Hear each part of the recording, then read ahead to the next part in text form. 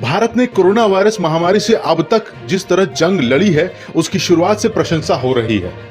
America जैसे विकसित देशों में जहां इस जानलेवा वायरस ने लाखों लोगों की जान ले ली है, वहीं भारत में कोरोना से मौत का आंकड़ा काफी कम है।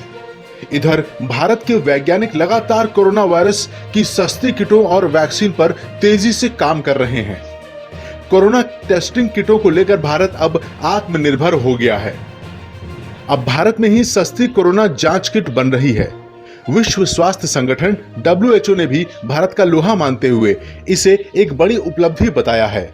गौरतलब है कि भारत अपनी कोरोना वैक्सीन कोवैक्सीन भी आगामी 15 अगस्त को लॉन्च करने जा रही है। भारत की सराहना करते हुए WHO की chief scientist doctor Soumya Swaminathan ने कहा, कोरोना वायरस संक्रमण को लेकर भारत सरकार ने शुरुआत से ही बेहद गंभीर कदम उठाए हैं। साथ ही WHO की सिफारिशों के आधार पर जनवरी में ही कुछ उपाय किए गए। आज भारत एक दिन में 2 लाख से अधिक टेस्टिंग कर रहा है। अब भारत टेस्टिंग किट खुद भी बना रहा है। यह भारत के लिए एक बड़ी उपलब्धि है। पिछले कुछ महीनों में भारत टेस्टिंग किटों में आत्मनिर्भर बन गया है और बड़े पैमाने पर सक्षम हो रहा है। इसके साथ ही डॉक्टर स्वामीनाथन ने भारत को सुझाव देते हुए कहा, मैं ये कहना चाहूंगी कि भारत का फोकस अब डेटा पर होना चाहिए। दरअसल इससे मेरा मतलब है कि हमें डेटा को देखने के लिए एक सुनियोजित दृष्टिकोण की जरूरत है।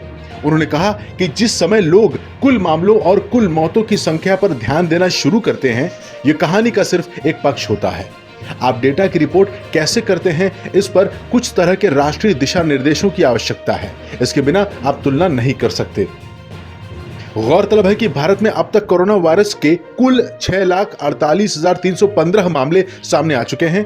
इनमें से 3,94,227 लोग पूरी तरह से ठीक हो चुके हैं।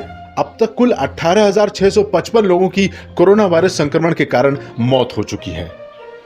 हमारी ऐसे ही और भी खबरों के लिए हमारे YouTube चैनल को सब्सक्राइब करें और बेल आइकन को जरूर दबाएं।